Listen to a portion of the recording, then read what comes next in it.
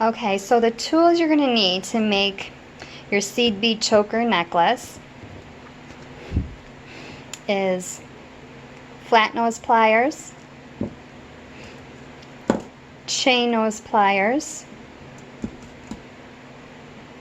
I have flush wire cutters, I do have a crimping tool here to crimp my crimp beads, bead stopper, I have 2 wire guards, I have crimp beads, 2 crimp beads, and I also have lobster clasp. I already have my jump rings attached, and I have beading wire. This is about 20 inches. Although we're making about a 14-inch choker, you do need the extra wire, and I will show you that as we go. Now, this really fun gadget I have that makes seed beading a lot easier is a Dries bead spinner. It comes with 3 bowls that you can fill with seed beads. Bowls come out so they're interchangeable. So if you're working on one project or several different projects, you can put different beads in here, which makes it so much faster. So I already have one bowl filled up with the beads I'm going to be using. It also comes with this hook that you just, when the spinner is on, you just put the hook in there, and all the beads as it's spinning will wrap around like so. So like if you're using, let's say, thread, maybe Eslon, and you're doing some beading, it's a large eye needle. Just put the thread in there, and the bead spin, and it collects, and then you just push it all down on the thread until it hits the bead stopper, which is why I have that. But since I'm using beading wire instead of thread, it's heavier, of course, so I'm just going to put my wire in there and collect all the beads on my wire, directly on my wire. So really cool, really fun. So I'm just going to get some of this cleaned up and I'll be back. Alright, so I got everything cleaned up except for, of course, my bead spinner, my wire, and my bead stopper. So what I'm going to do is just put my bead stopper at the end of the wire, giving myself a little bit of a tail there. And now I put my wire, I'm right-handed, so I put my wire in like this. So I need the bead spinner to spin this way in order for me to collect the beads. So as you can see, if I put this little knob to the left, it spins this way. If I turn it to, or push it to the right, it spins the other way.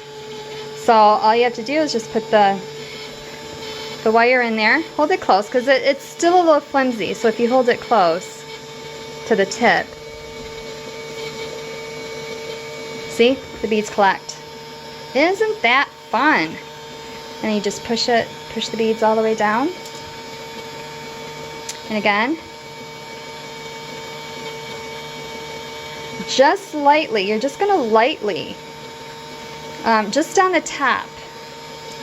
So put the wire, even with that hook, the wire hook, you're just gonna skim the top. Because if you put it all the way in, look it's just gonna turn around. So you're just gonna skim it. You're just gonna put it on the very top of the beads. As the beads go around, it's gonna collect. How cool is that? So what I'm gonna do is I'm gonna continue doing this until I have about 14 inches because my clasp is going to add about a 1/2 inch, maybe a 1/4 inch. So I'm going to continue doing this. So when I'm done, when I have the length I need, the amount of beads I need, I will be back. Okay, I'm back. So I had to take a lot of beads off because this is so addicting and so much fun, and it goes so fast that you kind of just want to keep going. But I'm making a choker, so I can't. So I'm going to put my lid on. Okay, move that to the side. Now I'm going to bring my tools in here. Alright, I have my clasp, wire guards, crimp beads. Alright, so very simple to put this together. Oh, you know what? I'm going to leave this on. Oops, I'm going to leave this on because I don't want my beads rolling off. So all I'm going to do now is put on a crimp bead, my wire guard, and then put the wire through one end of the wire guard, and then there's a little channel here for your wire to nestle into. So I'm just going to put it on the other side. See that? Alright, and again, you want to keep your wires straight. You don't want them to cross. Alright, so my crimp bead. So the end I'm going to put through the crimp bead again. Alright, I'm just going to push everything up.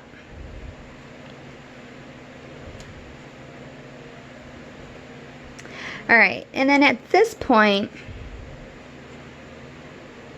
you can either just flatten it with your chain nose pliers, or you can crimp it with your crimping tool. And to crimp it, there's, as you can see, they look like half moons here. So I'm going to use the center one. So use these here, the two back ones, to fold the crimp. So you'll want one wire on one side of the crimp and the other wire on the other side of the crimp to really get a good hold on the wire.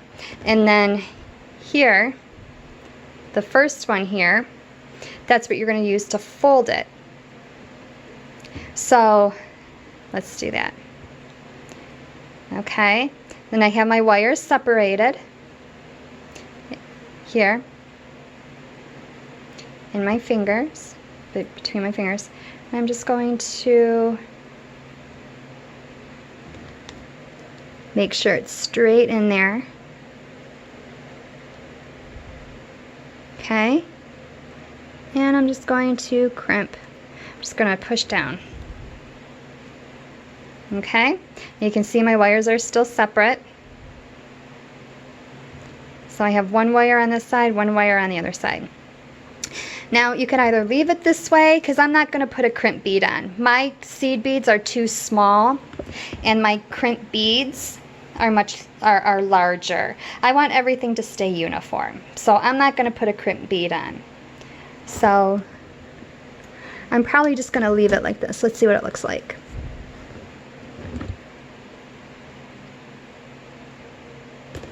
Now I'll fold it in.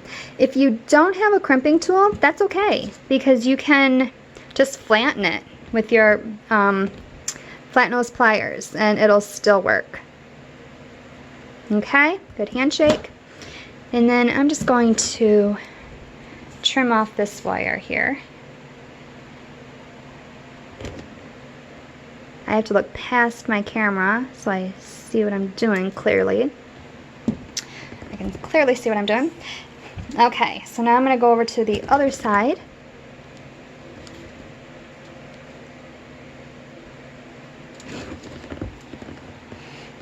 Alright, and then if you subscribe to my blog, you will receive a PDF that explains in detail what the different size crimp beads are for, what the wire guards are for, and there's links to my blog pages that give more detail. It's very detailed. It's called Create a Beaded Brace, or Make a Beaded Bracelet in under 15 minutes. So again, I'm going to do the other side. Put the crimp bead on.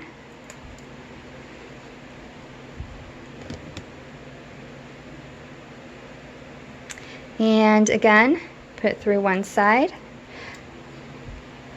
Excuse my nails. I have to get them done. Put it through the other side. Bring it through. And then move my crimp bead up.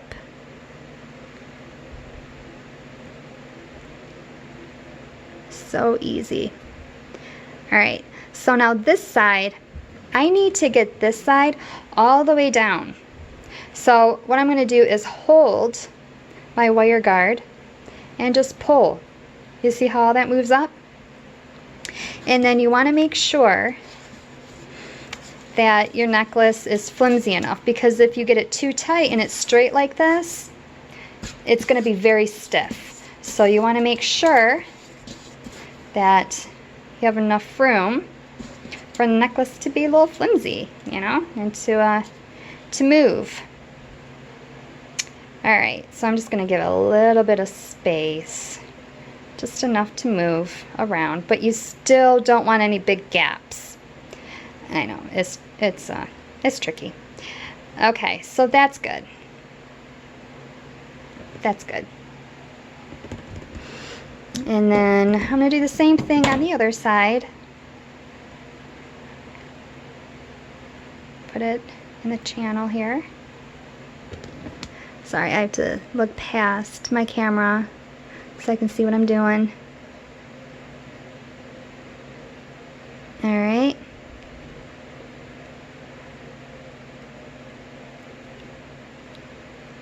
Okay. And alright. And then I'm going to trim that off. Whoops, sorry.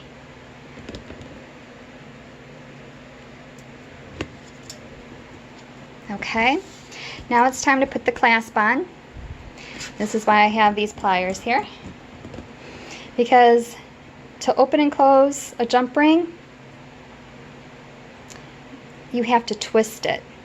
You have to twist it open and close. Okay, like this. Alright? So it's twisted open. I didn't pull it apart. And again, if you subscribe to my blog, I go through this in detail in the PDF. And then, same way you opened it, you're going to close it. Alright, other side. Same thing.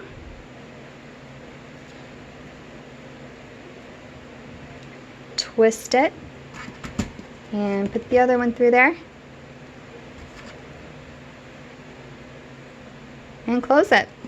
And it's that simple. So fast. So easy. And you have yourself a seed bead choker within minutes. So easy. So again, those are the tools you need in order to create a necklace, a CB necklace. This one's optional. Again, if you just want to flatten the crimp bead, crimp tube, or crimp bead, you may do so. And then this is always a saver. My savior. It's the seed bead spinner, Dury seed bead spinner. It's fantastic. So again, my name is Stacy Holman, and if you have any questions, comments, please leave it in the comments section on my blog. and stay tuned for more fun videos on how to create your own jewelry pieces, how to create your own findings, and so much more. So I'll see you then.